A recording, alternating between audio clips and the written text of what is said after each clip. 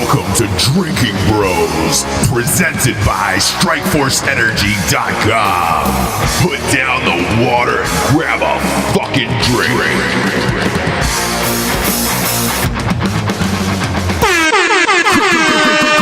Crossover. Ladies and gentlemen, welcome to the Ross Patterson Revolution.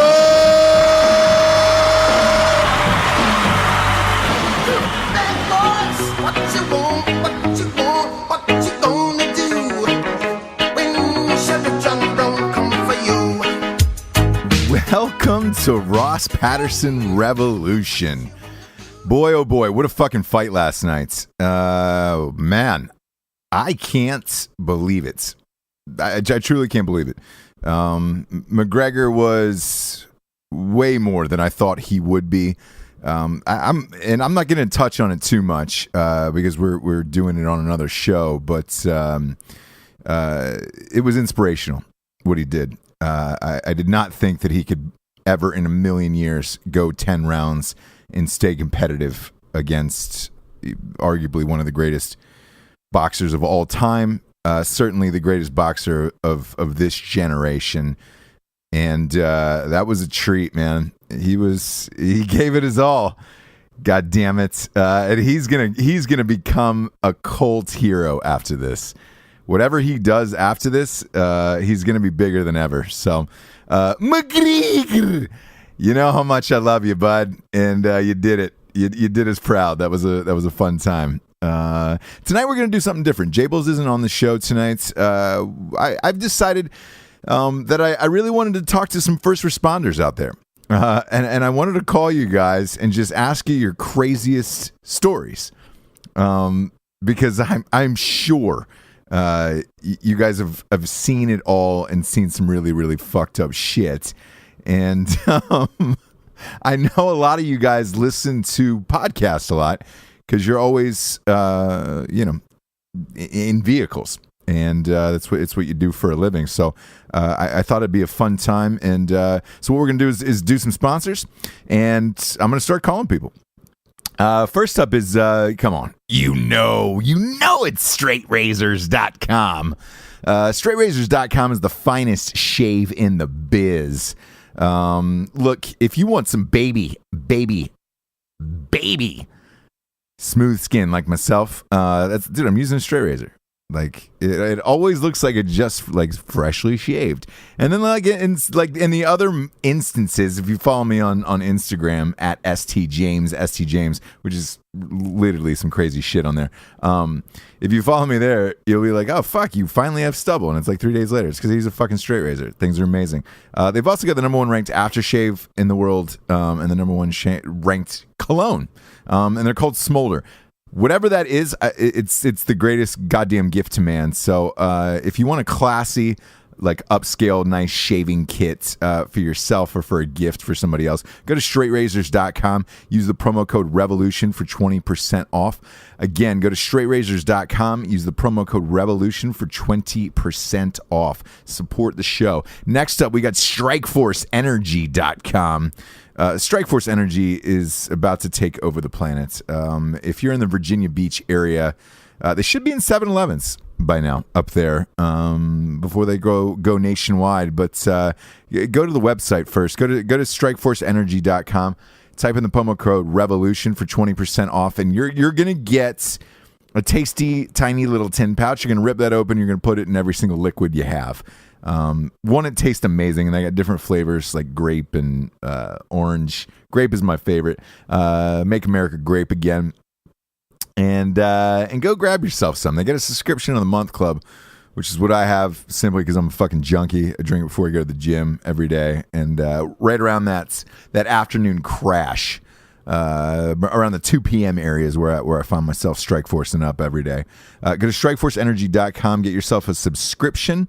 Again, the promo code is REVOLUTION for 20% off. They also ship everywhere in the entire world, and they get a 750 milliliter bottle that you can just boom, pop a couple squirts in. It sits on your counter, and you can just pop some squirts in and bounce on the day.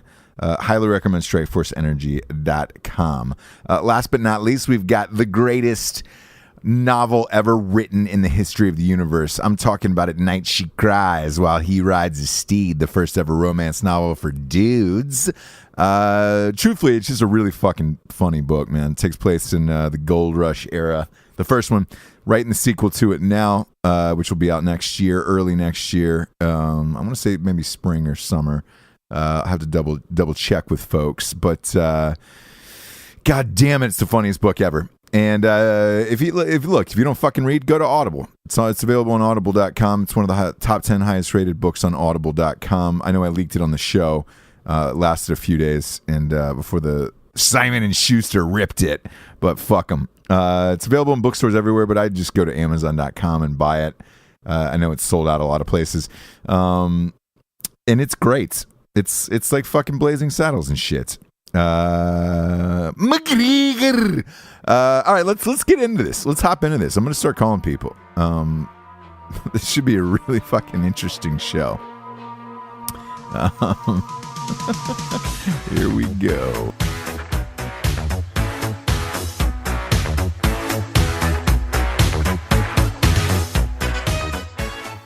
Hello? Hi, is this Dave Smith? Sometimes. Sometimes. This is Ross Patterson, man. How are you? I'm doing real good, Ross. How about yourself? Man, I'm fantastic. Dude, so we're doing a show on first responders here on Ross Patterson Revolution, and Okay. I just wanted to call people and see what their craziest call was. First of all, what do you do, David? I'm a canine handler with a smaller agency in Central Florida. Okay, and what's your craziest call? Well, let's see. There's quite a bit to pick from, but the one that springs to mind that makes people laugh the most is I saw a couple people walking down the road. Looked like they were not of the same socioeconomic caste as the neighboring area. Sure. And we have a very nice neighborhood, and then we have a methamphetamine neighborhood that kind of backs right up to it that's in the county, and I'm a city boy. All right. So I waited for them to walk into the city from the county area, and, typical Polk County people heading to the gas station. They're slipping on their sliders as they head up to the gas station. One of them is a bigger girl wearing a muumuu. Another one is a scrawny little white guy that had the transition glasses that looked just straight broke, so they were just sunglasses at like 1 o'clock in the morning. And then an older woman with them. Okay. So after they leave the store, I wait for them to head in front of the nice neighborhood, so it's a little bit suspicious, and I hop out and talk to them. Do a pat down real quick for safety. Everything's consensual. They don't seem to be too bothered by it, and they didn't have any drugs immediately on them. So then I do the scumbag test. If you're friends with 5 scumbags, you may be a scumbag. Hey, you know Billy Bob? Yeah, Billy Bob's trailer burned down last week. Well, Billy Bob's trailer burned down because he was probably cooking meth in it. Right. So while we're talking, all of a sudden the girl wearing the muumuu starts screaming, and I'm alone, by the way. Didn't really think that it warranted any other people at that time. The woman just looks straight at me in this dark road and everything by myself. Screams, "Ah! The squirrel's biting my titty!" Now, at that point, I jumped back because I was a little bit alarmed that, maybe that was code for jump on the police. Right.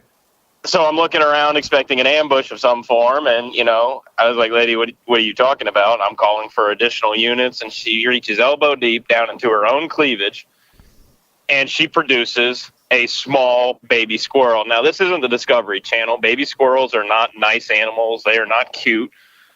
It's not a kitten. What was she trying to keep it as a pet? Yeah. She pulled it out after a pat down. She reached elbow deep into her own cleavage, and she produced a living animal that I had missed on a pat down. And she thrust this thing into my face, and she said, "Look, it's a baby squirrel." I go, "Lady, get that rat out of my face." She says, "Nah, it's a squirrel. Just pet it." And that was the end of that encounter right there. No All right, folks, you have a nice day. Way. buddy, it didn't even strike me as like out of the normal until I'm sitting in briefing the next morning. I'm going, you all ain't gonna believe this shit that went down. No, so she had a baby squirrel on her inside her on her person, hidden in a recess or a flab or a roll. Oh, it was in there. God, and we've been talking for 5-6 minutes about our cranker neighbors. And so no movement from the squirrel whatsoever. Like no, it just, I guess he got hungry. Holy fucking shit. These people weren't even wearing shoes. I wonder where, yeah, they never are. And that's the beauty of it. Like when Britney Spears lost her mind and shaved her head, every picture you saw was her walking out of a gas station bathroom without shoes on. You were like, oh, she's fucked. Like she's fucked now. But she's probably from Central Florida. Yeah. Deep down. Well, she's from Louisiana deep down, so close enough. But man, I there's so many questions. Like, I wonder what that squirrel smelled like, No, I've got brain damage, so I've got no sense of smell. That's a blessing right there. So. Oh, shit. Well, dude, I appreciate you letting me call you tonight. No problem. And being on the show. That's a great one. You're the first call tonight. You're the first call. So this is going to be a good show tonight. Yeah, where can I find this so I can see it? Is it going to be like a podcast? Yeah. It'd be Ross Patterson Revolution podcast. It'll be up tomorrow morning, actually, or actually tonight around midnight. iTunes. We're available on iTunes, SoundCloud, YouTube, any fucking podcast app you have. What kind of phone do you have? I'm running Galaxy right now. Yeah. So there's an app called Podcast Addict. For Galaxy, and it's free. You just type in Ross Patterson Revolution, subscribe, and then this episode will be out tonight around midnight. Sweet. You should do this like weekly, monthly, whatever you think, man. It's funny you say that. I've got a big bag to dig in. Dude, it's funny you say that. If this goes well tonight, then we might have to make this a regular occurrence. I would certainly hope so. Like I said, that's just the top one off my head. Another good one, man, is things you never thought you'd tell a trainee. Oh, my God. That'll open a door. All right, man. Well, dude, on another show, we'll really dive deep into this treasure trove you have. All right. Nice talking to you, man. You too, buddy. Thanks for being on. All right. Bye. Bye-bye. What you gonna do? What you gonna do when they come for you? Bad boys, what you gonna do? What you gonna do when they come for you? Hello? Hey, is this Alden Mumford? Yes, sir, it is. Is this Ross Patterson? It is. How we doing, bud? Dude, I'm awesome. How are you doing? I'm doing great. Just sitting down with a glass of whiskey. I was actually hoping you would call. We're in the game, my man. We're in the game. Oh, yeah. So let's start off by what do you do? Well, I've been a volunteer fireman for 8 years. Worked for 2 departments, and I've been on a number of calls, 2 of which really stood out in my mind in the question that you asked earlier. Okay. Fire away. What do you got for me? What's your craziest call? Well, my first craziest call would be, so these 2 guys broke into a business to break into the safe in the back. And the back of the safe had a bunch of the owner's fireworks in it. Okay. And they opened it with a torch, and well, you can imagine how that ended up for them. But we responded, and thought it was one guy. Turns out it wasn't one guy; it was 2 guys. Spent the whole night trying to find them, and they were in little bitty pieces all over the building. It was an interesting evening to spend. You're kidding? So no. Both of them? Both of them, yeah. We thought it was one guy until we found a second left arm.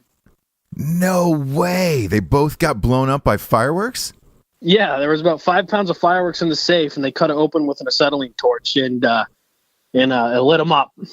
Oh my gosh! Oh yeah. You are the winner tonight, Alden. Really? No, I'm on call. This is the second call I've made, and it's the first guy said he pulled a live squirrel out of an overweight woman's chest. Jesus fucking Christ! Yeah, but look, you just like took the Holy shit! I mean, blowing up a safe with fireworks in it. Yeah, it was. That was an interesting night. That was definitely an interesting night that night. Wow, that's amazing. Who cleans that up afterwards, by the way? Oh, it was the guys on the ambulance, the chief at the time, and I was there, and we were picking up pieces and parts with a medical examiner, and then I think like an industrial cleaning company comes in and mops up the rest. Jesus, that's crazy. Because you always wonder after something like that, who does the cleanup work after that? And I know, right? You're looking at the whole scene, going, well, Jesus, I'm not scrubbing the damn floors. Yeah. Oh man, that's awesome. Yeah, Alden, I appreciate you being on the show. Hey, no problem, man. No problem. Stay safe out there, and this will be up late tonight on Ross Patterson Revolution. I appreciate you doing it, man. Hey, no problem. Thank you very much, boss. It's good to hear from you. All right, have a great night, Alden. Hey, you too, buddy. Bye, buddy.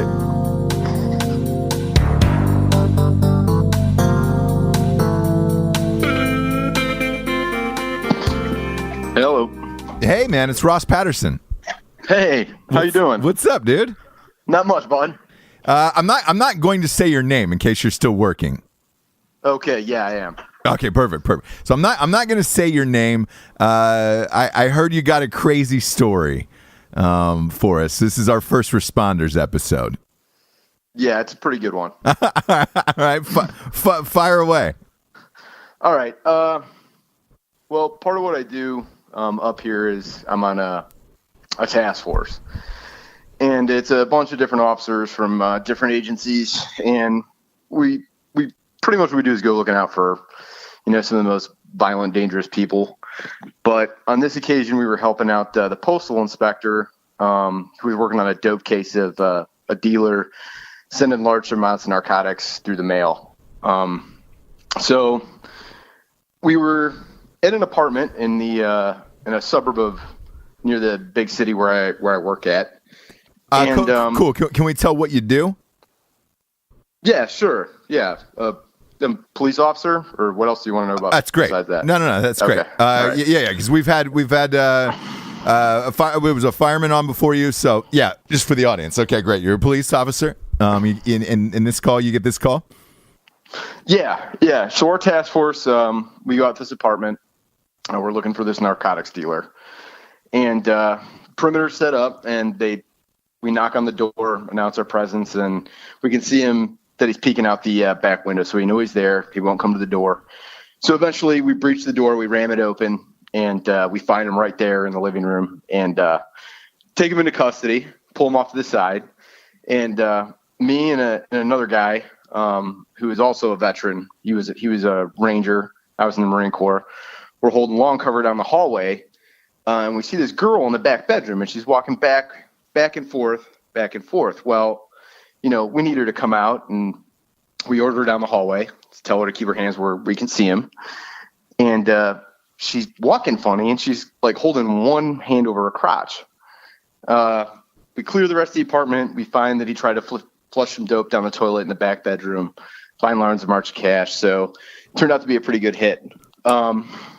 We turn our attention back to her because of the way she was walking funny. And right away, we both assumed that she was probably holding dope in her crotch. Yeah. So we pulled her aside. We separated her from him. And me and this other guy who was a Ranger, we asked her, we're like, did you stuff dope? I mean, we're just concerned about your health at this point.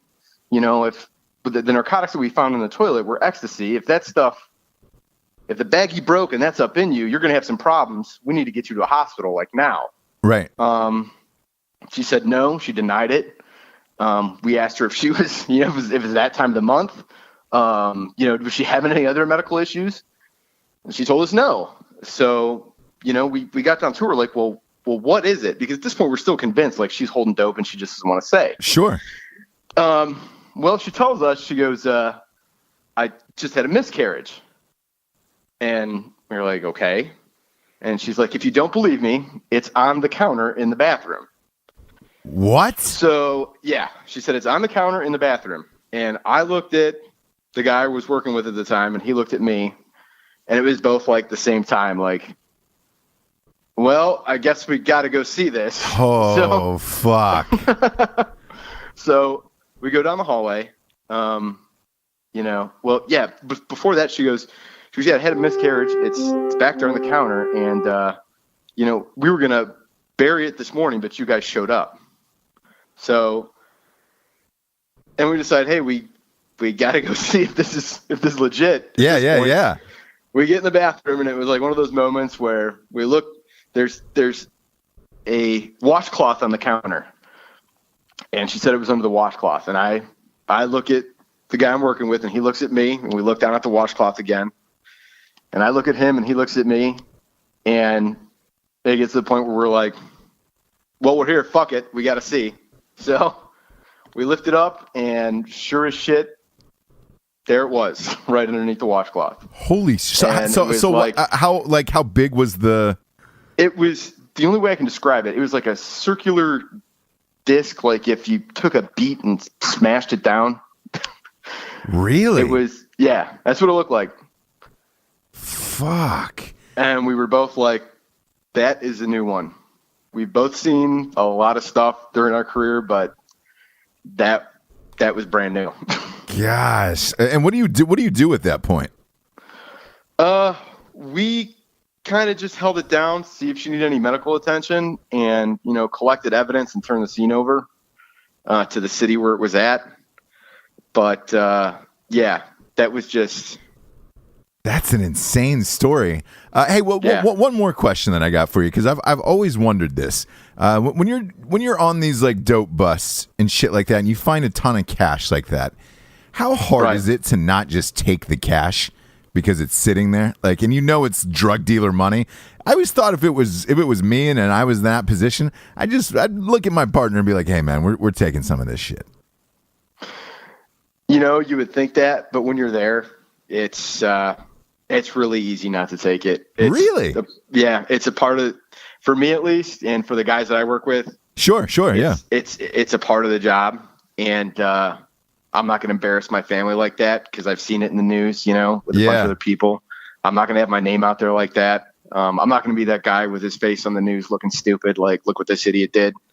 And look, and I think that's awesome. That is the eternal question that you get, like when you're watching these movies and you're watching, you're like, man, it's got to be like Training Day, right? Like somebody's just hiding some of this under a floorboard, like.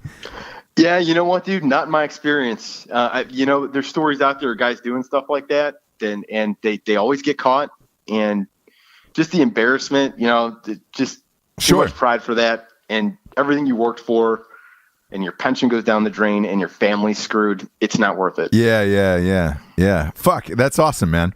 It's cool to hear that everybody's a pretty upstanding guy in that world. The movie's painted a different way, Yeah,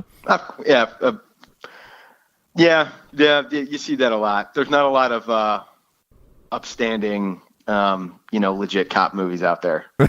Right? Like there's End of Watch was pretty good, but outside of that, I don't know about a lot of the cop movies. Well, dude, I appreciate you being on the show. Again, we're going to keep your name quiet, and man, stay safe out there. Thanks, will do. Hey, big fan of everything. Thanks for the support, and to the rest of the guys too. Of course, man. Hey, thank you so much. No problem. All right, bye, buddy. Bye. So why are you acting like a bloody fool? If you get hot, then you must get cool. Bad boys, what you gonna do? What you gonna do when they come? Hello. Steve. Hey, how's it going? What's up, dude? It's Ross Patterson. Oh, good to hear from you. Yeah, hell yeah. We're doing a first responders show here on the Revolution tonight. Awesome. What do you do? I am a state trooper. You're a state trooper. Okay, cool. And what's your craziest call that you've ever gotten? So it's one I actually started myself by accident. Well, I wouldn't say it by accident, but I was about 3 weeks out of the academy and was heading out to go do what troopers do at night, find a drunk. And see this car kind of stalled out in the middle of the road, a little bit of smoke around it, and then it kind of takes off, jerking around a little bit, and I'm thinking, oh, it's just somebody, you know, can't drive stick shift. Well, then the guy drives through like a little median, almost hits a post, almost hits a pedestrian, starts heading down the highway. So I take off and light him up, and it's not stopping. It's going like from the left side to the right side. I mean, just using the whole ramp, almost hitting the barrier on either side. Jesus. And yeah, it was pretty. I was getting ready. I was gonna pit him if he kept going, but he ends up stopping. But he stops like blocking the lane. And I walk up, and he's got to kind of look in the window, and the guy's got a mouthful of toothpaste. Well, I keep saying guy. It's a girl. Sorry. The girl's got a mouthful of toothpaste. Mouthful of toothpaste, and it's just, I mean, you know, it doesn't take very long. You know, you're an adult. You don't need a whole lot of special training to look at somebody and go, oh, yeah, you're fucked up. Sure. Yeah, so I can't get him out of the car because if he opens his door, he's going to be right, or her door, she's going to be right in lane one. I don't want somebody getting hurt. So call for my partner and have him come in and block the lane behind us so I can go around and get her out of the car. We're waiting, and she opens her door like she's going to get out. And I'm like, no, just wait. You know, I haven't said anything about being under arrest yet or any of that. And my partner, I hear him on the radio say he's got the lane. So I go to tell him, hey, just, you know, watch for me. I'll go around and get her. And then once we're done, we'll, you know, you can get out of the lane. Well, sure. As I look back, I hear the door open again, and I look over, and I'm thinking, oh, just drunk idiot, you know, girl trying to open up and, you know, come out and talk to me or something. Well, no, she went ahead and decided to run across the freeway.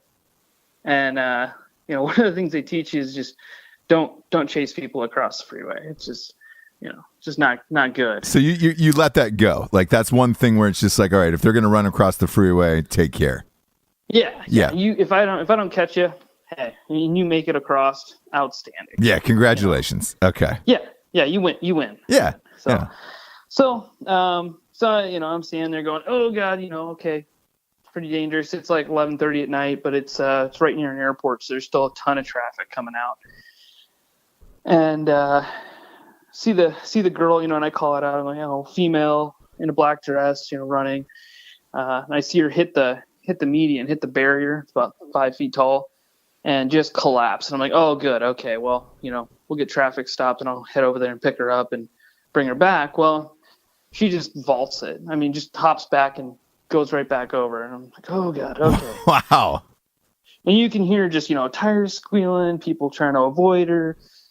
And I'm looking over, and then you just hear this wham. It's the, you know, loudest noise I've heard in a while. And see her body go flying through the air. And I mean, it was just like, you know, back in the day playing Halo, and you see, you know, a grenade goes off, and it puts somebody up in the air. So, yeah. And I'm just standing. How high? How high in the air would you say she is at this point? 25 feet. Holy shit. Yeah. Almost hit a sign. Almost hit like an overhead road sign for the wow. airport there, so. What hit her? What hit her? Was it a truck or? BMW. No shit. Yeah, and it held up pretty well. I think it just kind of like it broke his mirror, and it kind of skewed the one of the headlights. But poor dude was, you know, he was all shooken up, and he was pretty upset, you know, because he's like, no, I didn't see her. I didn't, you know, running like, yeah, of course, man. Yeah. You know, little tiny person running across the road there in a black dress. Well, I had decided to run across the freeway, and I didn't have my, you know, I left my car on the other side of the road there. And I get up there, you know, and I'm just like, I'm 3 weeks out of the academy. I'm, you know, brand new to the road, and I'm just kind of like she's definitely dead, but I'm just kind of, and it's just me by myself. I have one other guy coming, but it's just me by myself there, and I'm like, do I try CPR, or do I just kind of like I at least have to make an effort, or at least, you know, look like it. So, yeah, you know, I just kind of pulled her out and checked the pulse, and of course, there's none. She's fucking dead at this point, right? Oh, she's fucking dead. Yeah, you know, and the medics show up, and they're the best medics I think in the country. They're outstanding. They show up, and they start working on her, just hardcore going for it. And I'm like, more power to you guys. Yeah. What did you ever figure out why she had toothpaste in her mouth? Oh yeah. So, run all the information on her. Oh, that's it. Well, okay. So we run all the information on her, and comes back that she's been arrested. She's got 2 prior DUIs. She had just been arrested the week prior for DUI, and I was going to give her basically her fourth one. And the toothpaste was, she thought if she squeezed a bunch of it into her mouth, I wouldn't be able to smell the alcohol. No way. Yeah.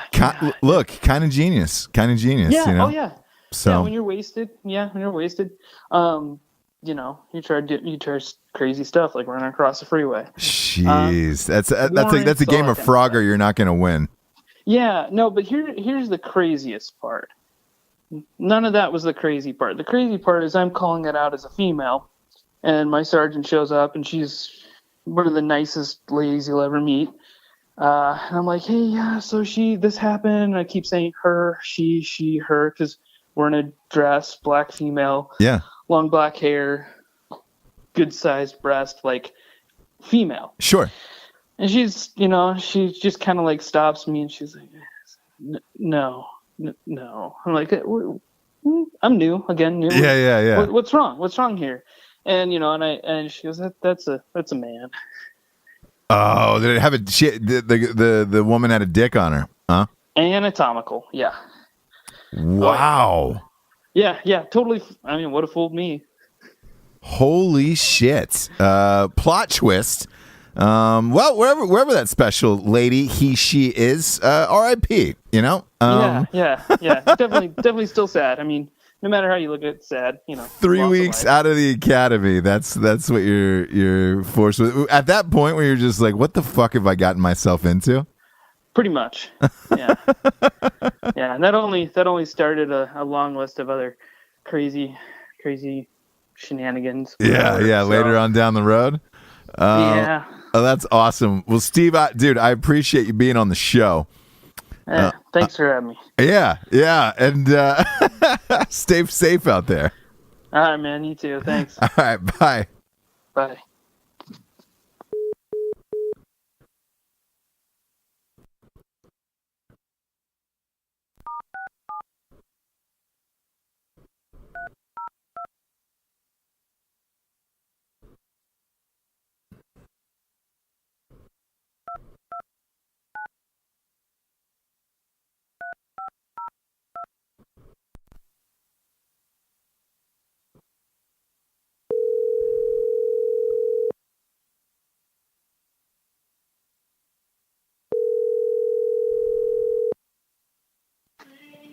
Hello. Is this John Buchanan? It sure is. Yo, Ross? It's Ross, man. Ross Patterson. How are you? I'm good. How are you? I'm fantastic. We're doing a first responder show tonight. What do you do? I've been a little bit of everything. Now I work as a firefighter EMT. Okay. What's your craziest call? I actually have I have 2 different pretty good ones for you. One of them's a blood and guts and gore, and the other one's just a heebie-jeebies kind of weird thing. Okay. Fire away. So about 10 years ago, I was working down in an area in Virginia, pretty rural, like real far away from like major hospitals and stuff like that. And we have a trucker who was keeping acid to like break his chain spray on his truck. He kept that in a Pepsi bottle. And he was also drinking Pepsi. How'd that end up? Well, we had no idea what to do for this poor fella, and so we called into the hospital, and the doctor ended up saying, because we're about 2 hours away from the nearest hospital that could even remotely do anything for him, they said, well, get off the phone with us, let him call his family, and tell him that there is no hope. You're kidding. Yeah, so we got to hang out there with the dude on the side of the road while he died. Holy shit! So, was he sitting down? Did you lie him down? What do you do at that point? I mean, just let him be comfortable. He was on the phone pretty much the whole time until blood started coming from every imaginable orifice on your body. Fuck! What? Yeah, and then he slowly passed away. It looked very painful. My medic gave him all of the morphine, so he was kind of comfortable. But all right, and what was the exact? What was in the Pepsi? What was the exact? hydrofluoric or hydrochloric acid, one of those. Hydrochloric acid. No shit. That is fucking absolutely insane. Apparently, a good swig of that'll put you night. Wow. A long nap. So the guy just died right in front of you, then, huh? Yep. Over a little bit of time. Well, and what he called all of his family, and what? Yeah, he had a chance to call everybody. His wife ended up coming out. Yeah. Fortunately, he was only like 2 hours away from home. And was he a normal dude, or was he, Yeah, just a normal trucker guy. No fucking way. That's brutal. Yeah, pretty terrible, right? Jesus, man. That's crazy. What's your other one that's wild? So I've been working in the city of Wilmington up in Delaware for about 3 years now. And me and my partner, like anybody that works in that line of work, our unknown medical problem calls that we get sent to are usually some of the most interesting. So we get sent for an unknown medical problem, and it's the city's name earned the nickname of Murder Town, USA. So it's the heart of the ghetto. And we go to this house, and it's in the middle of the hood, and it's all dark, and the interior door was open, and the outside door was closed, like the porch door. Pitch black inside. So we go up to the door, and he's like, "Come in." And we go in there. The house is completely pitch black. We're just using flashlights to look around. And the guy's standing off in the corner, like just staring at this picture on the wall. And we're like, "So what's going on, sir?" And he said, "They took her." We're like, "They took who?" He says, "My sister." "Okay. Who took her?" "The shadow people." Alrighty then. Yeah, Okay, big all fan of the right. shadow people. So he walks over to another picture on the wall, and then we look down on the coffee table there, and there's about 30 varying types of knives, like everything from your kitchen knives to like a machete. Okay. So it was a little bit unnerving, and we were able to, with some nice verbal judo, manage to coerce him outside. But that was one where the hairs on the back of your neck stand up, and it's just a very uncomfortable feeling. Shit. So at the end of the day, what happens to this guy? Like nothing? Oh, he was just crazy. Yeah, he was just crazy. He gets sent in for some kind of psych evaluation, and then they determine whether he's fit to be a part of normal society or whether he should be committed someplace. Fuck, that's crazy. Yeah, it's weird that there's people that are out there that exist like this, where you're like, man, you're creepy. Yep. Creepy. Well, John, dude, I appreciate you being on the show, man. This was fun. Yeah, no problem. Thanks for calling. Yeah, stay safe out there. All right, thanks. All right, take care. See ya.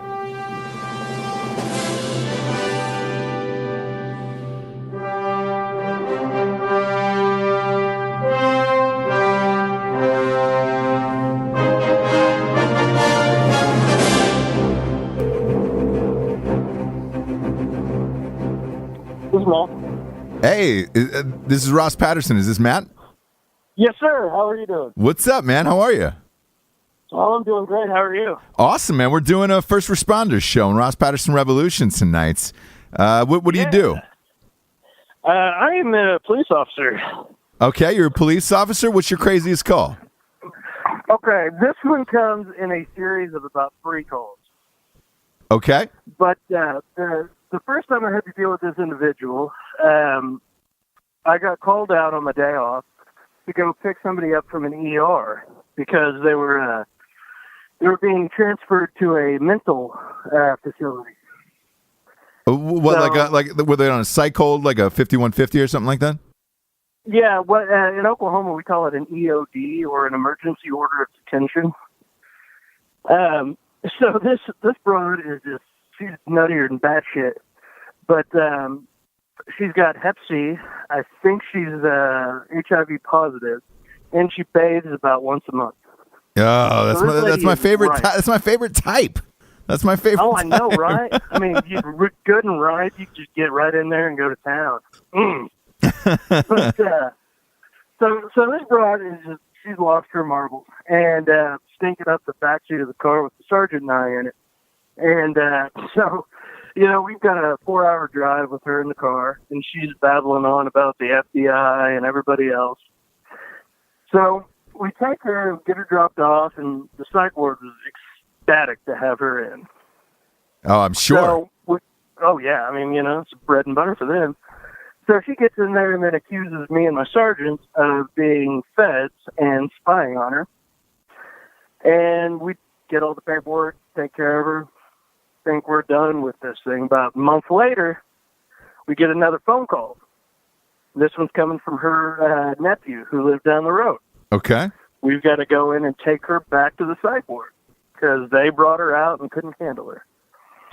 So this time, we've got about a 6-hour drive, and she keeps telling me that she is just obsessed with Seth Rogen.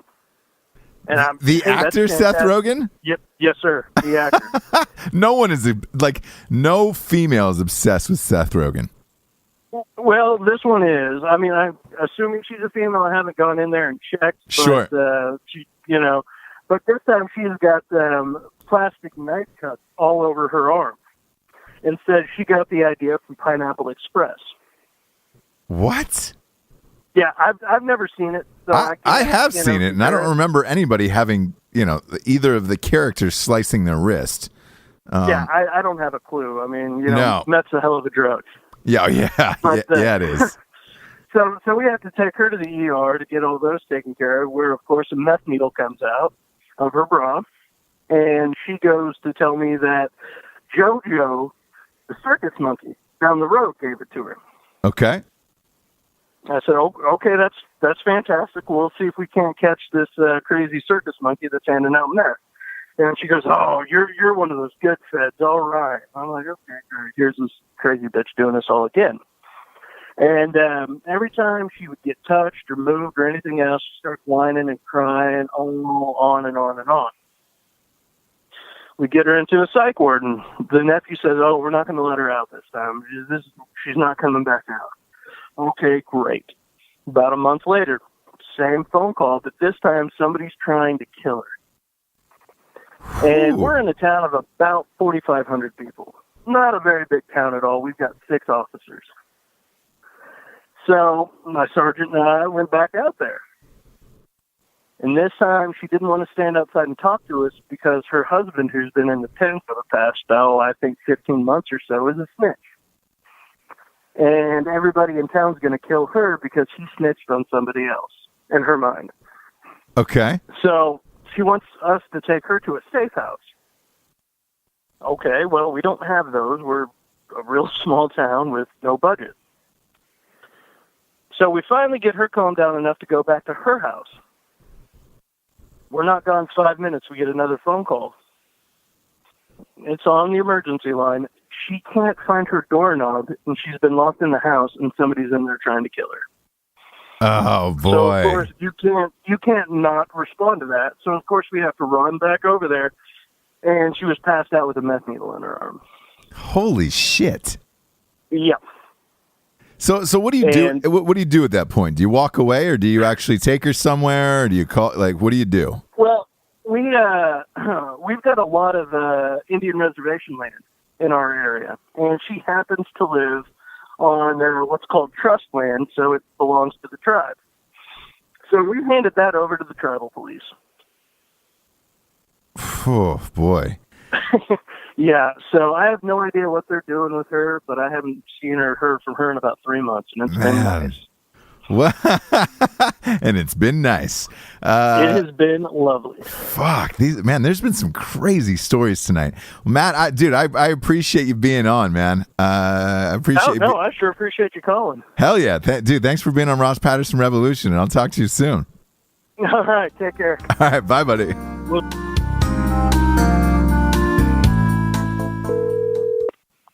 Hello? Hey, man, it's Ross Patterson. Hey, bro, what's going on? What's up? Not too much, man. Just having a few beers and just fixing up a Sunday dinner. Just enjoying the Sunday. Look, we're doing a first responders show on Ross Patterson Revolution. I saw that, man. Yeah, hell yeah, dude. Thanks for letting me call. Absolutely. What do you do? I'm a firefighter EMT. Okay, firefighter EMT. What's the craziest call you've ever gotten? So actually one popped into my head when I saw that post. So this is going a few years back. I want to say around Christmas time, probably like 2 or 3 days before Christmas, not quite Christmas Eve, but we got a call for a psych psych/mental health issue going on. So we respond to the house. We get there. PD goes with us to those, but we got there before the police. And I knock on the door, and an elderly gentleman opens the door for us. So I go inside, and this guy's whole family is sitting down having like a Christmas Eve dinner type deal at his dining room table. So I ask him what's going on, and he points. He has like an island in the kitchen, and he points to the island, and he says, "That girl right there." And there's just this girl, probably late teens, early 20s, just sitting with her head down on the table. So I'm like, okay. So I go over, I start talking to her, and something seems off. She's like mumbling stuff, doesn't make any sense, just seems out of touch, like she's either on something or off of something, like her medication. So I ask him, I'm like, all right, like, does she take medications for anything? Does she use drugs? And he goes, oh, no, dude, I have no idea. So I'm like, well, what do you mean you have no idea? He's like, my whole family and I were sitting down eating dinner, and all of a sudden the front door opened, and she just walked right through the dining room and right to the kitchen and just sat down at the table. He goes, I've been talking to her for like 20 minutes. She's not making any sense, and she won't leave. Holy shit. So yeah, man. There's so many questions here. So what ended up happening to her, first of all? So we were talking with her, and shortly after we got there, the police got there. So she kind of became a little combative, didn't want to leave the house. She was convinced that that's where she lived. When we tried to get her to leave, she kept trying to go into the cabinets and take stuff out of the cabinets because that was her house and she needed stuff before she left. But we finally ended up, with the help of the police, getting her into the ambulance and getting her to the hospital for an eval. Man, Merry Christmas. Why? Yeah. Why was that guy's fucking door open? Like, why was I don't know. That's my other question. Unlocked, walked right in the front door. I mean, holy shit. Yeah, man. I would have, what do you think you would have done in your situation? Roles reversed. That's your house. Me personally, obviously I go for the gun first and then just ask politely to leave. If they don't, I just throw them out the back door. I don't even think I'd bother with the call. Yeah, I mean, honestly, she was, like I said, she was a tiny little girl, probably late teens, early 20s, probably like 120 pounds soaking wet. So, I mean, I probably would have asked her to leave. When she didn't, I probably would have picked her up and just threw her out on the front lawn and called the police and let them deal with it. Dude, this was an awesome story. I appreciate you being on the show, man. Yeah, absolutely, man. Thank you. All right, cool. Talk to you soon. All right, man. Have a good night. Thanks. All right, you too. Bye-bye. All right, bye.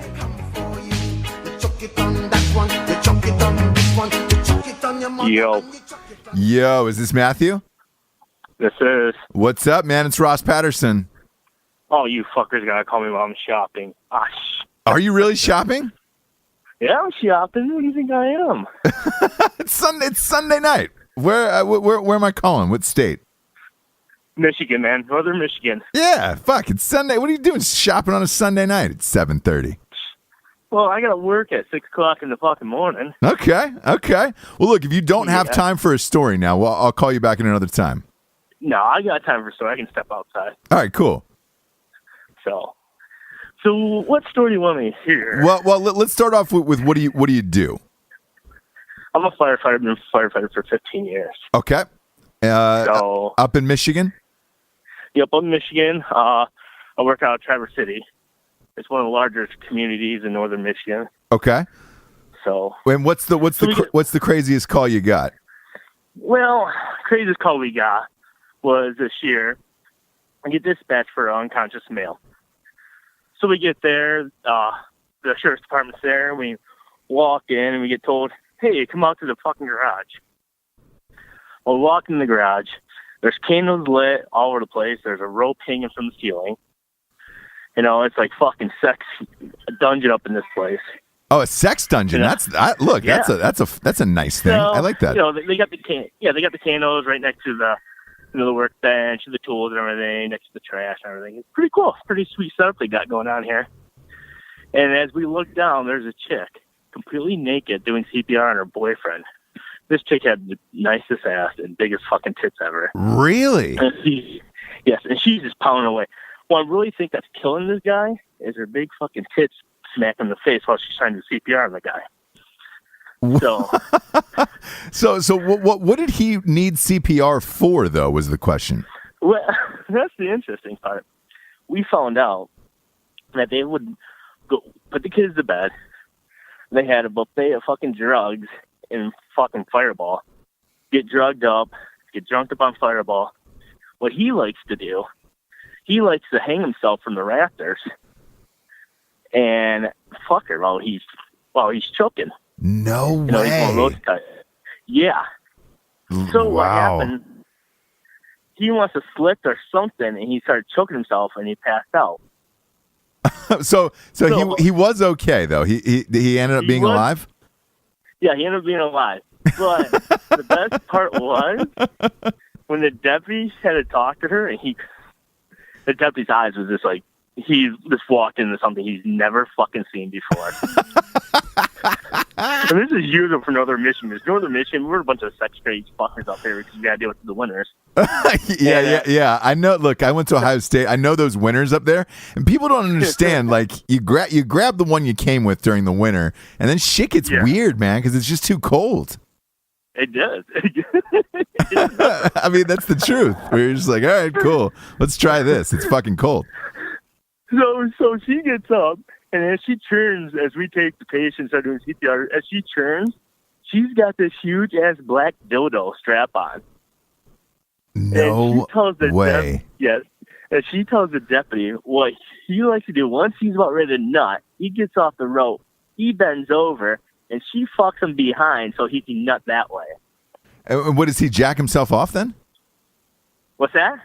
Does he jack himself off while he's getting pegged? She just bangs. I don't know. From that point, I don't know, because we really didn't want to dive into the whole sexual thing of it. Sure. It just got weird. It just got weird that she fucked him up the ass with a big black dildo. Yeah. I mean, come on. I mean, I understand the white dildo, the smaller guy. Maybe Asian dick. How big would you say it was? Inch and this thing had been like a fucking 12-inch motherfucker. Wow. 1 foot big fucking. Big girth? Big girth too? Yeah. She about 6 inches. I mean, this thing was huge. Shit. I don't know how she could support it with the fucking hips she had. Man, I mean, it was a lot of weight, man. She must do deadlifts or something. So this guy woke up though, right? Yeah, he woke up. We got him back. He was breathing, and he said that he must have slipped. He was choking, and his big kitty wife pretty much saved his life by doing CPR. Wow. And what about the kids? Were they in the house? Well, yeah, the kids were in the house. We had to call her parents to come pick them up. So the family started coming over and seeing their little fun time they have. Yeah. So it was still out. Like with the family, like, hey, what happened? And the guy was like, look, I like to strangle bait and then get fucked in the ass right as I'm about to come. From my understanding, they kind of told him something, but he didn't go really in depth with it. We were already loading this guy up in the ambulance, and so the wife and the deputy or girlfriend, whatever you want to call her, were talking to the parents. But they didn't look too impressed because the mom started flipping out on her. So really, yeah. Oh boy! So, and the girlfriend, wife, whatever, she got arrested for narcotics. So they didn't have a great night. No, not at all. That sucks because sometimes you just want to relax, hang yourself, and then get fucked afterwards on some drugs, and then this happens and spoils a perfectly good Tuesday. Oh, I know. I think they took it a little bit too far when they started adding the Fireball in this whole mix. That's just the Fireball pushed him over the edge. Well, hey, man. I appreciate you being on the show, and I'll let you get back to shopping, but this was an amazing story. No problem, Ross. Hey, and one more thing. Yeah. Fuck Ohio State. Oh, good luck. Good luck with that. Good luck with that, by the way. We're going to win the national title this year. This is one of the greatest teams we've ever had. I don't know about that. This has got to be Michigan's rebuilding year to be done with. You guys have been rebuilding for 18 years now. You've only won once. You've only beat Ohio State once in the last, 16 years or something? He's got it. He hasn't had it yet, so I hope the streak continues. But I love you. Thanks for being on the show, man. You too, Ross. I love you guys. Have a good day. All right, take care. Bye. Bye.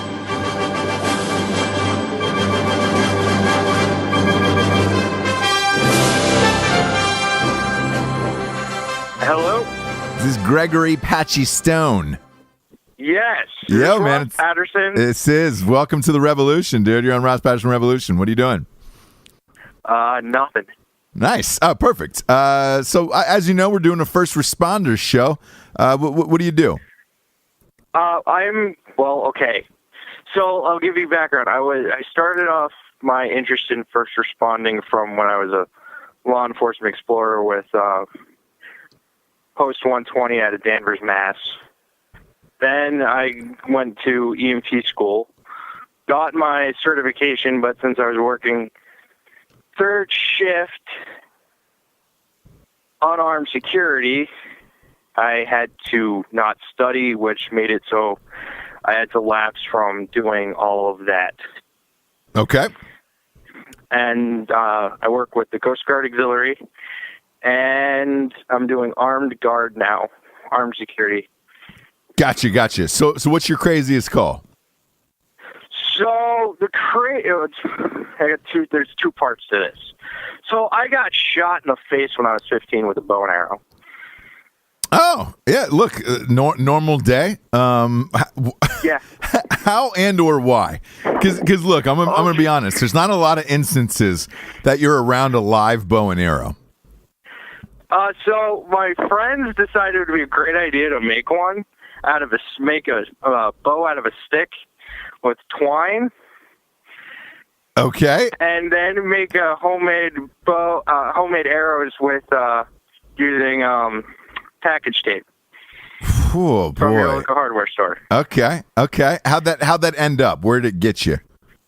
It got me right in underneath the eye socket. It hit my orbital bone around my eye on my left side. Jesus, man. So can you see and everything? You're fine? No, I can't see it on my left eye. Oh wow! God damn it, that's actually, awful. For 3 years I was talking to Army and Marine recruiters. They loved me. They wanted to fight over me. It was amazing. But when I turned 16, I was like, listen, can I still do this or not? And they were like, no. I'm like, damn it. Okay. Okay, but then I discovered the Coast Guard Auxiliary. Okay, so digressing. No, that's fine. So the second part to this story is in 2012, I was at my former friend's Army Navy store. Mm-hmm. And they had me do a Dunkin' Donuts run. And this is actually part of the reason why I wanted to become an EMT. And I still do. I'm just working on it. Right now I can't because of third shift armed security and sure 60 hours a week. So I'm driving down the road. I hear a smash as I'm pulling out of the parking lot. And a car rear-ended another car. And inside this car was a kid, a high school kid, smashed his right eye socket off of the driver's side seat. Okay. So this kid's eye was all fucked up. Like, it was, the eye socket was swollen. There was some seepage from underneath the eye and some seepage from around where it was all swollen. And I had to take control of the scene, even though at the time I had just gotten my CPR first aid. So I was literally just a first responder. There was a nurse on scene. And I told her, listen, I'm just a first responder. And she's just like, okay, cool, because I had to take my 3-year-old to a doctor's appointment. So she abandons the patient right there. Wow. And there's a whole bunch of people around him, and I'm like, no, I've got this. I looked at the one guy I'll never forget his face. This guy had a goatee, biker-looking dude, and I was just like, are you on the phone 911? He's like, yes. And I'm like, give me the phone. And I'm like, hi, dispatch. I'm blah, blah, blah. I'm Greg. Listen, I had an eye injury myself, so I'm going to describe to you everything I'm seeing. Make sure you relay all this information to the EMTs and paramedics en route. And they did exactly that. Like, they told them everything that I told them. EMTs got on scene, I told them I got shot in the face with a bow and arrow, which is why I knew so much about eye sockets and everything. And this kid was shaking and crying for his mom and dad, just like I was. And when I was talking to the EMT about my eye, I was actually talking to him. Okay. And I made that kind of look obvious with a couple of glances I gave to him. But as they threw him in the back of the bus, I slapped him on the leg and I told him, "You're going to be fine." Like, I was fine. You're going to be even better than I was, because your injury does not look as bad as mine. There was blood everywhere. Yours was not bloody like mine was. Every now and again, I still think about that kid. Wow. All right. Well, hey, man, dude, I appreciate you letting me call you here and for being on the show. Thank you. It's been a pleasure, Ross. Awesome, man. Take care, buddy. I appreciate it. Thank you. Bye-bye. Bye. Have a good night. You too. Thank you.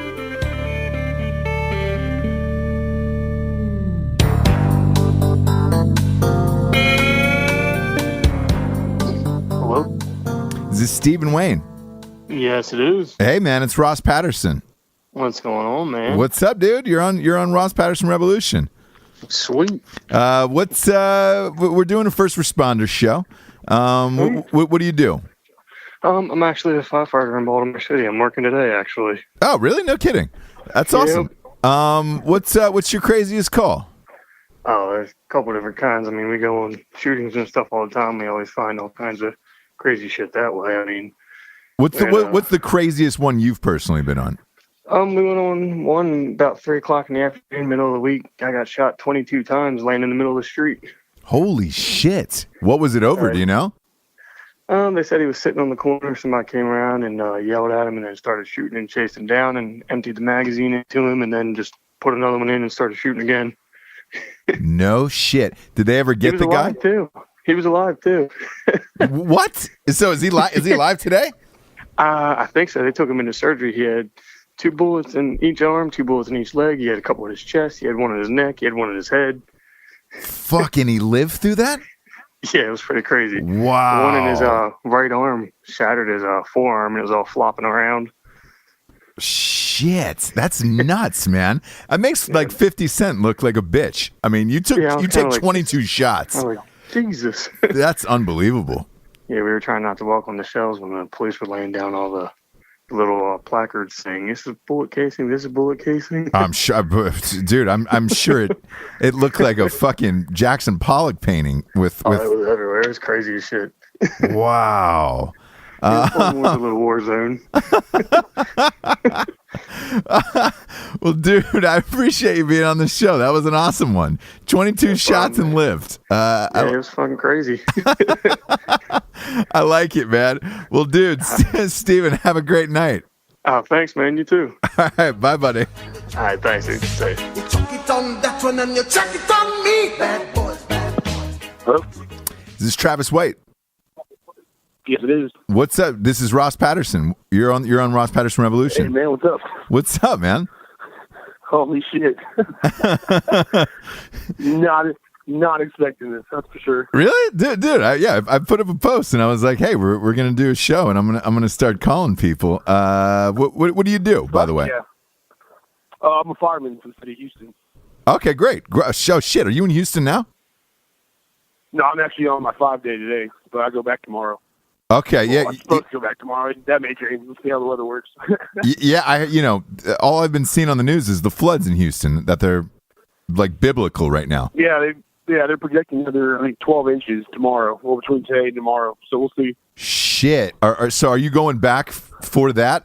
Yeah, I go back on shift tomorrow. Wow, that's gonna be a fucking crazy day, huh? Oh yeah, it'll be a blast. Yeah, it'll be a blast.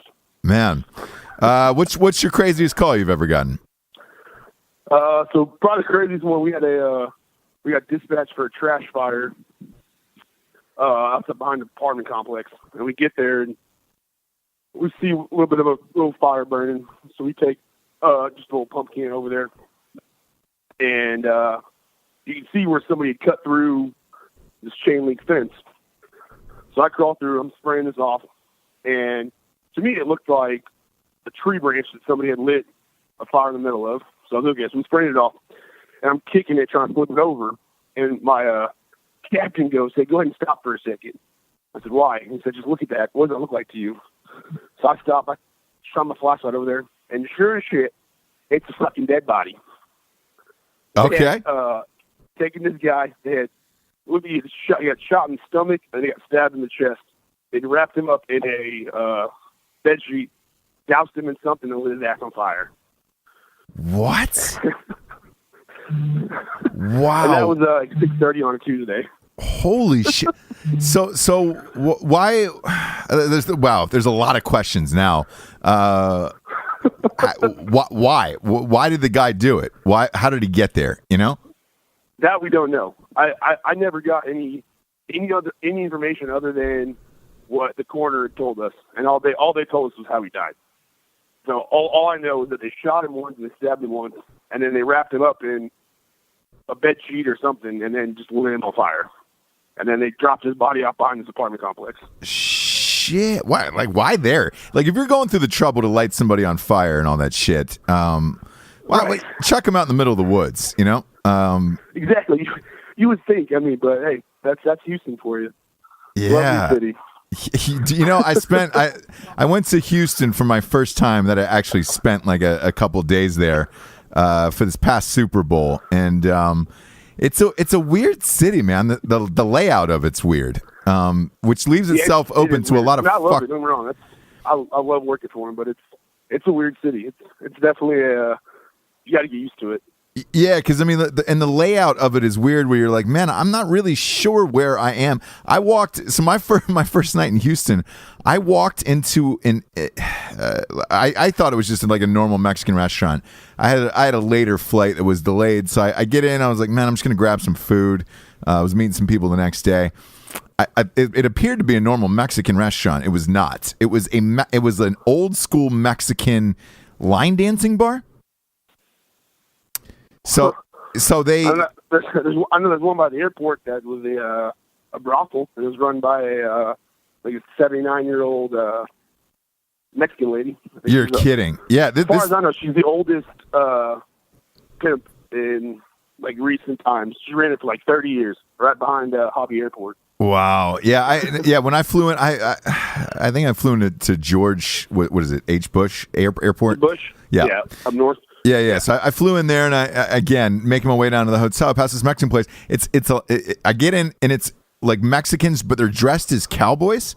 And it's line dancing, and then later on there was I got there kind of in the middle, and then it was like Mexican karaoke night, and again, man, strange city, because you don't know, you kind of go down one road and it's like seems like a decent enough area, and then you walk in, you're like, oh shit, I think I'm probably in the wrong part of town, but yeah. Well, dude, I appreciate you being on the show. That's a crazy fucking story. Fuck yeah, man! Thanks for the call. Hell yeah. Hey, you keep doing you, Russ. You keep doing you, man. You know I do. Like I will never stop doing me, which is probably the problem. Fuck yeah, Big Dick Daddy himself. Thanks, Travis, man. I appreciate it. Yeah, man. Have a good night. All right, bye.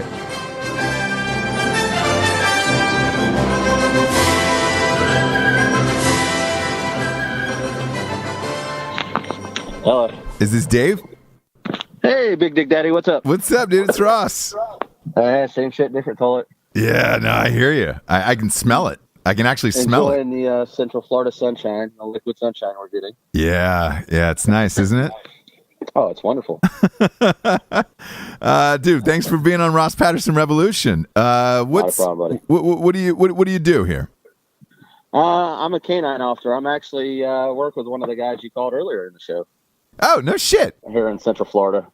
Oh, yeah. Dude, that's awesome. So here's when I put out the casting net for this. Yours specifically says found a hammer, a vibrator, and a crack pipe on one chick after she smashed her ex-boyfriend's car with a hammer.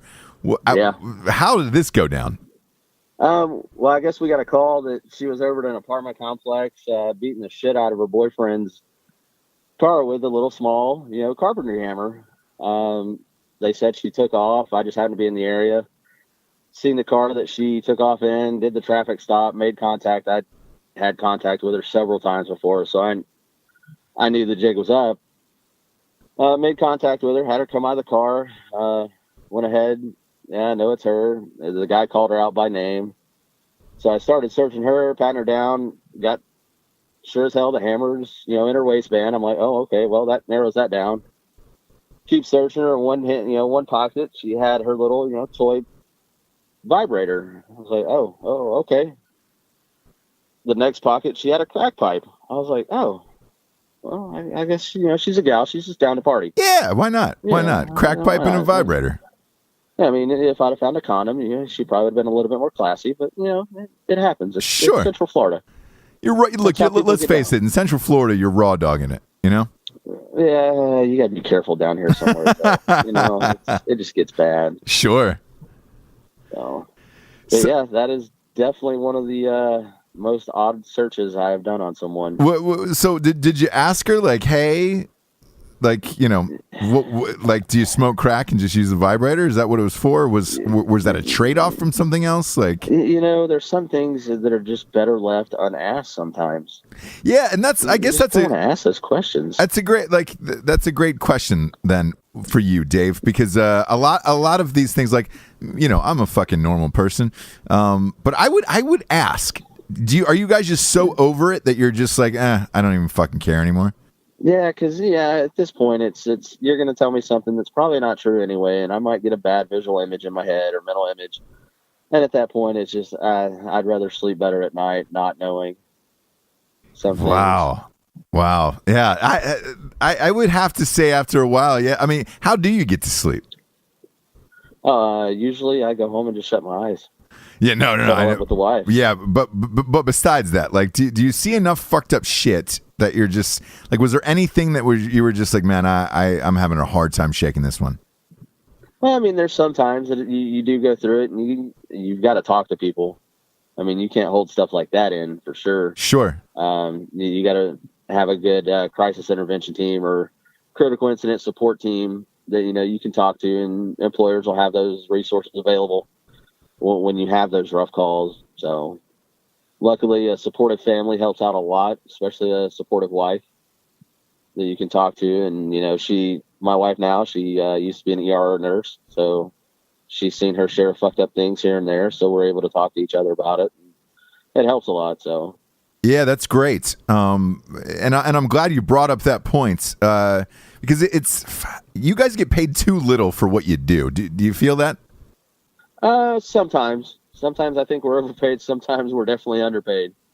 You got to find that happy medium in there. Yeah, because I would just imagine dealing with all of this shit that it's just like, man, fuck, we deserve more money for this. Yeah, there's definitely some days you're like, oh my God, what am I doing? I could have went and been a pilot or something. Yeah. Other than this. Well, hey, man, God bless you for doing it. And I appreciate you being on the show, man. Not a problem, Ross. Anytime, brother. All right. Awesome, man. Hey, thanks for taking your time out of a Sunday for me. Not a problem, brother. We'll talk to you later. All right. Bye, buddy. Bye.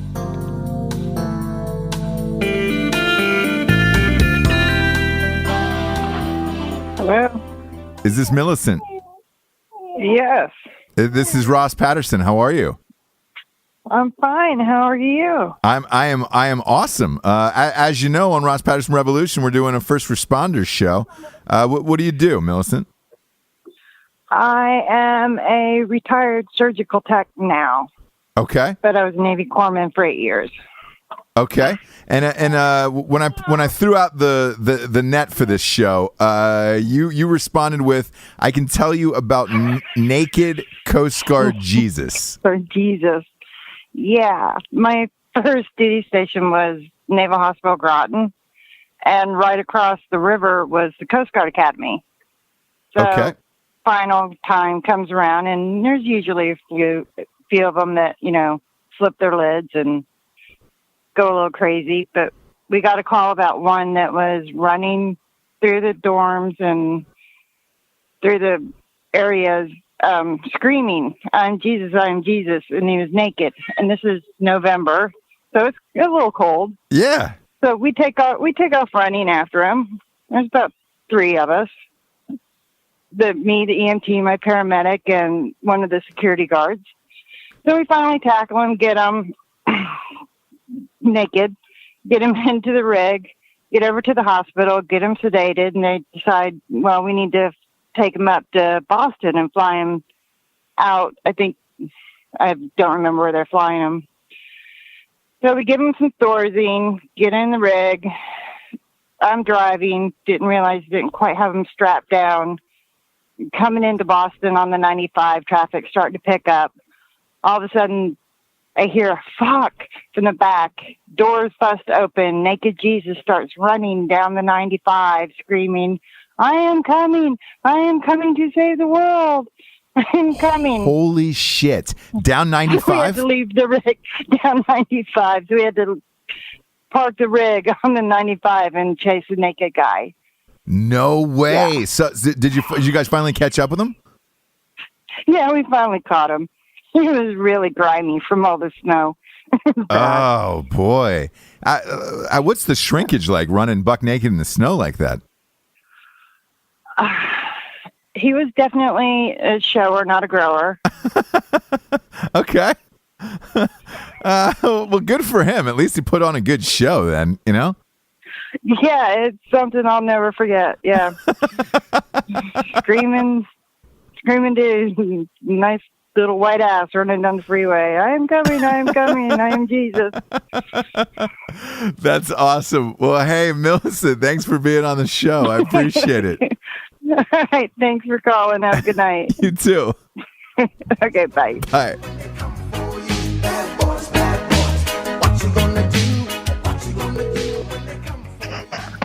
Hello. Hey, is this Ian? Yeah, is this This is Ross Patterson. How are you, man? No shit. What's up, dude? What's going on? Hey, you're on Ross Patterson Revolution. We're doing the first responders show. What do you do? What do you do, Ian? So I'm actually in the Navy, but I started volunteer firefighting and as an EMT when I was 16 in high school. Okay.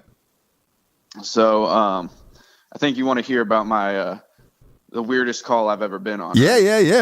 I want to hear your wildest call. All right. So this was probably July of 2012. I had just joined my fire department, and we got a EMS assist call. A woman thinks her husband's dead. So we rolled up, front door, knocking on it and everything. No answer. Hear screaming coming from the back. Run down to the back driveway, and there's a detached garage, and there's this older lady sitting on a toolbox that you would have in like the back of a truck. Okay. So she's screaming something. We can't really make out what it is as we're running up. We're not really concerned with that. We just see her husband in the back of the garage. As we get closer, we can kind of make out what she's saying. Something along the lines of, my husband's not decent. Nobody should see him like this. Oh, boy. So we're like, whatever. You know, we've seen it all at this point. I had just joined my fire department, so I hadn't, but the other guys had. Right. So we got back there, and we're looking at this dude, and this dude's probably late 70s, early 80s, probably 300 pounds, leaning against a bar stool against the back of his garage. And we're checking him to see if we can work him or anything. And we're sitting there and we're like, nah, we can't do anything. He's too far gone. So I started putting everything back into the truck. And I get back on the truck and everybody gets there, and we get in, we start rolling down the road, and everyone is dying laughing. Now, being a 16-year-old, I'm sitting there, I'm like, what the fuck are you guys laughing about? Right. You know, this is a dead guy. And are you still there? Yeah. Of course I'm still here. Are you kidding me? Hang on. My phone's about to die, so let me plug it back up. So I'm like, what are you guys laughing about? And they were like, did you not look around him and see what was going on? I was like, nah. They were like, well, first off, it looked like somebody had pulled his pants back up because the root of his penis was sticking out a little bit and his pants were unbuttoned. Mind you, this dude's like 300 pounds old, 300 pounds. Okay. So they were like, we didn't think much of it at the first. And then we looked around and there was a plywood cutout with hinges on the floor and a hole cut out in the center and handles on it. And they were like, first, we thought it was something for him to stick his penis through so he pissed and didn't piss on himself. And then they looked at it and there were hips drawn on it. And then they looked to the box to the left of him and no shit, there was like 20 different pocket pussies laying in that box. Shut the fuck up. I swear to God. How did he die? Apparently, his heart couldn't take it because, I mean, he's, almost 80 years old, 300 pounds. And your heart can't take that much of exertion. So he was he died fucking a pocket pussy? Yes. Oh, no. No, that would be the worst. Well, maybe the And his wife found him. Oh, his wife found him? Yeah. Oh, no. Yep. Fuck. So what do you think? Final call here. 80 years old. Good or bad? Like you went out like that, but I guess if your wife found you, and then it's like, hey, man, how did your husband die? Well, he was fucking a pocket pussy. At that point, I think it'd be a good way to go. After I'm gone, I don't care about what anybody else thinks. So, Yeah, it's true. It's true. I guess if you're gonna go out, you might as well go out with a literal bang of a pocket pussy. But Jesus, and that was your first time seeing that? Yeah. So my mother had been running EMS at that time for 30 years, and she'd been an ER nurse. I told her this story the day after I got back. She was like, in my 30 years of EMS and my 10 years of working in an ER, that trumps every one of my stories combined. Oh, man, that's great. This is, this is the last call of the night, so this is perfect. We're literally going to end on killed by fucking a pocket pussy to end the show tonight. All right. Dude, I appreciate you being on the show, and thanks for letting me call you on a Sunday. Oh, no problem, man. Hey, I love listening to your show and Drinking Bros and Blackhearted and everything, man. I really appreciate it. And man, we're grateful. We're grateful for you. We appreciate you listening. Seriously. Yeah. All right, man. Have a good night. You too, man. Thank you again. Yep. Bye. Bye.